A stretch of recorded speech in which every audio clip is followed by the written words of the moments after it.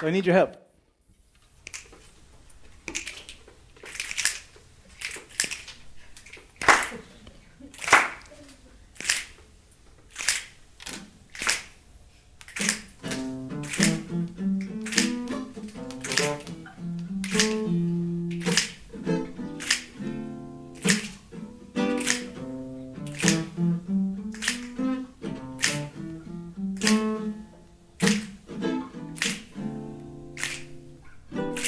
My world says that sons shall go beyond their fathers. Yeah, my world says that guns will save the day.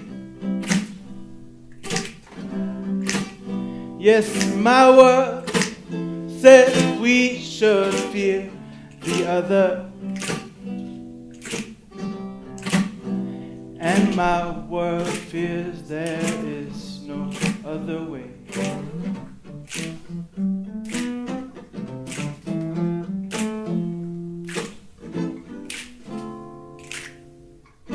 My world says that we should love our mothers. But in my world, mothers cry every day. Yes, our word says we should love our brothers. And if this world is to be, there is no other way. Thank you.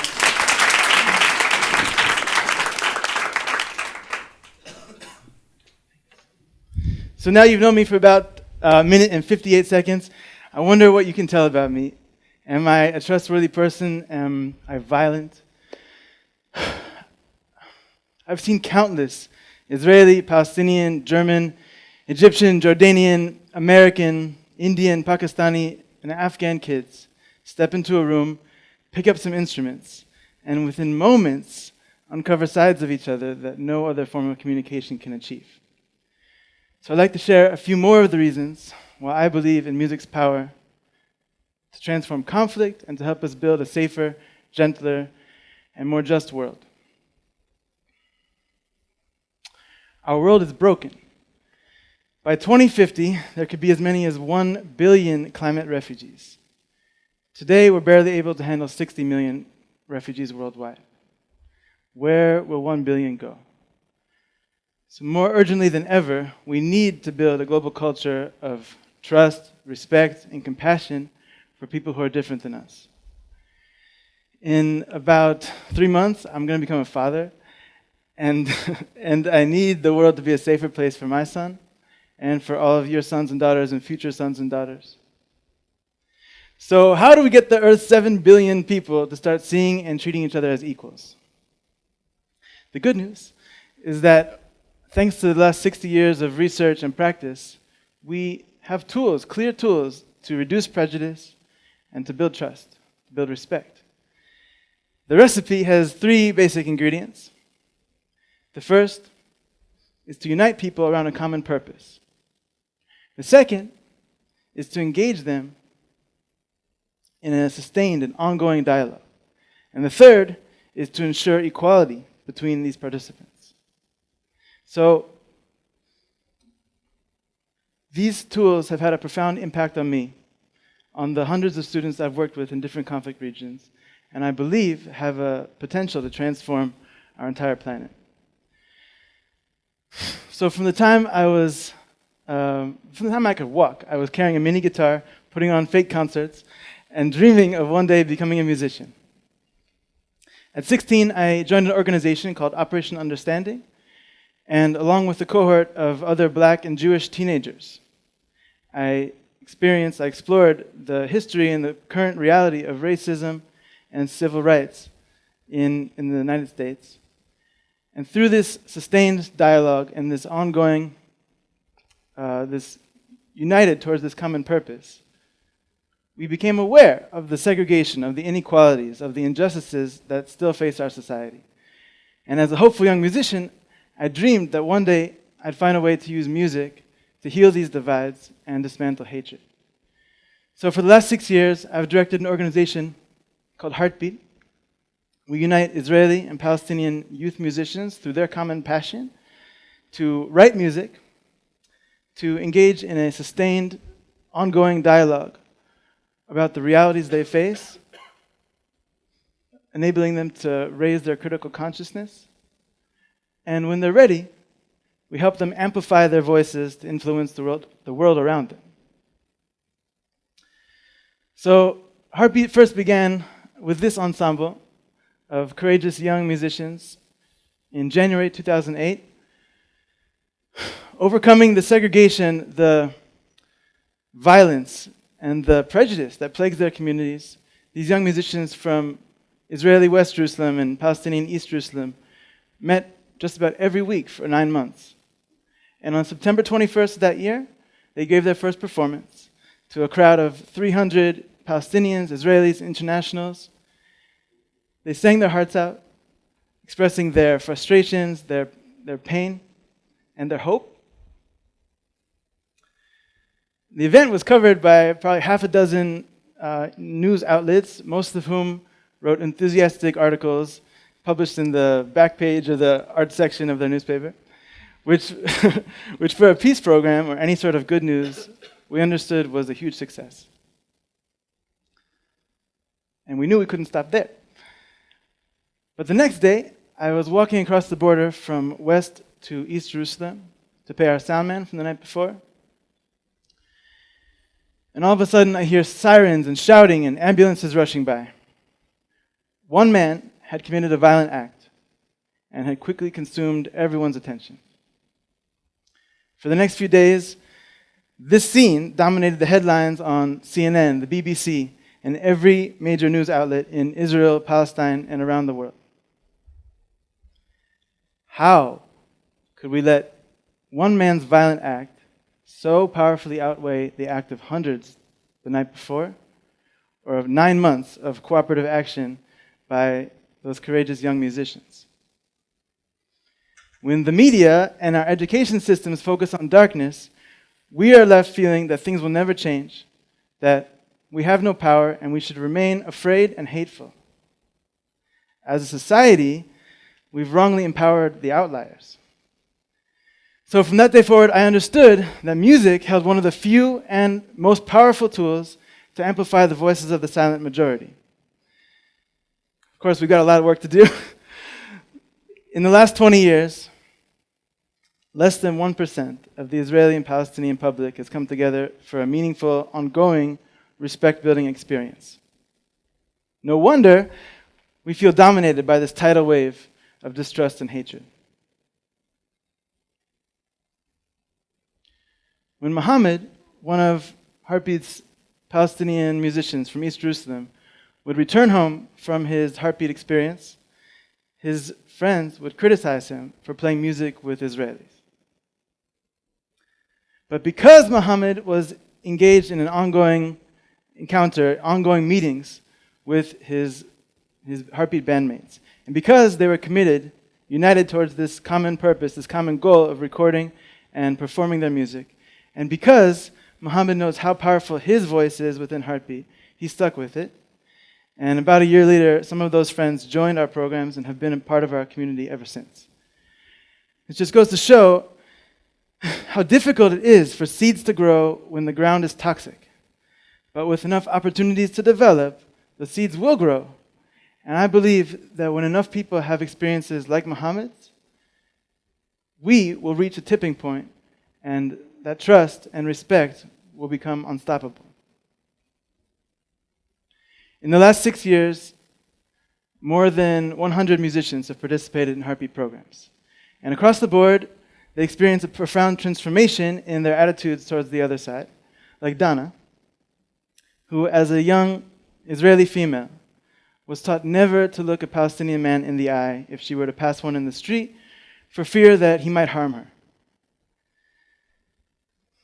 Years later, she reflected that just after a few months in Heartbeat, she was no longer afraid to sit next to a Palestinian man on a bus, to make eye contact with him, even to greet him, thinking, maybe he's my friend's father.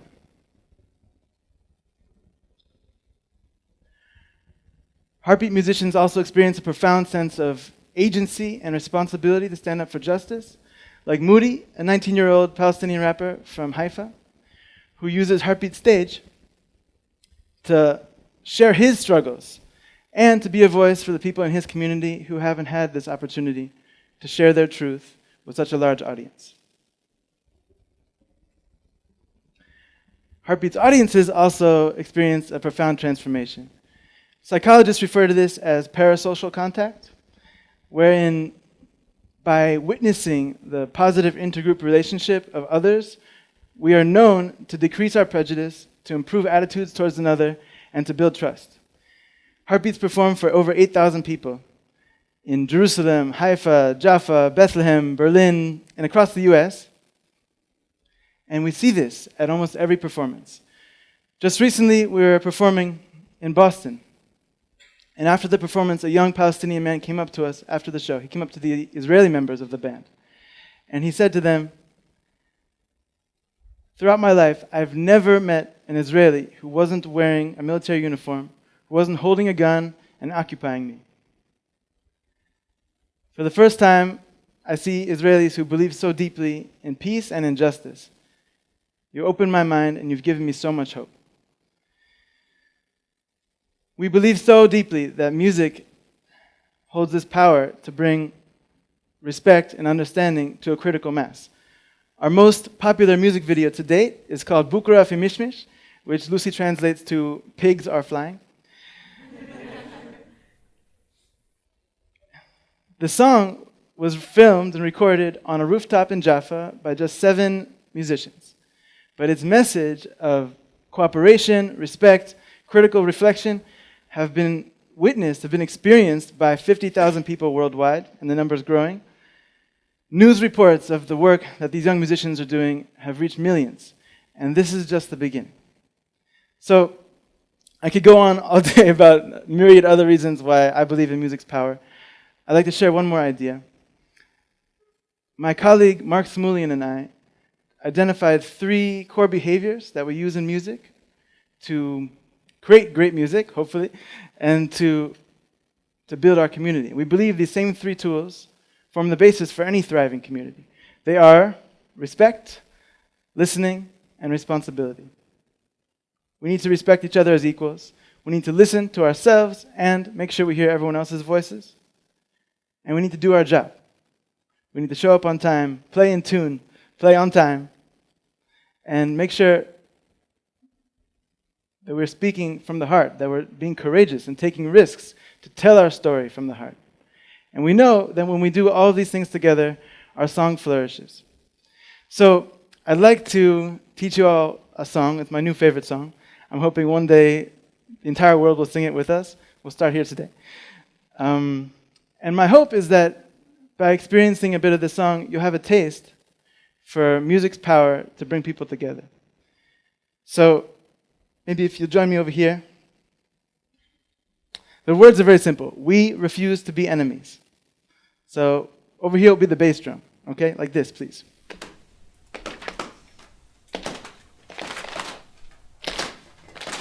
Very nice.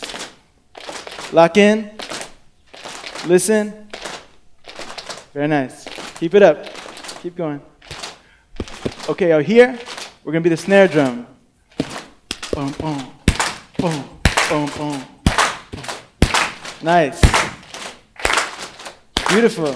Great listening. Okay, now for the courage part. I'll sing it first, and you can repeat. We refuse to be enemies. Now you, ready? 2, 3, 4. We refuse to be enemies. Yes. Again, a little louder now. We refuse to be enemies. A little louder so they can hear you all around the world. We refuse to be enemies. Beautiful. All right, give yourselves a huge round of applause. Great. So thank you for your courage to take this risk with me, to engage in your responsibility and being so great at listening and respecting each other. So hopefully this provides some taste for what it's like when we can create music together.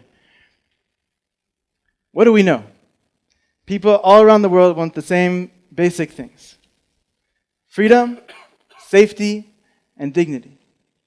So let's stop allowing the few who use violence and preach hatred to dictate how our communities interact, and instead, let's use every means possible to amplify the voices of the silent majority in every community on earth. My tool is music. Heartbeat's tool is music. I would love if everyone here today would go home and ask yourself how you can help break down the barriers and the prejudices in your own lives and in your communities. If we do, I'm sure we'll find the harmony we've been waiting for. Thank you.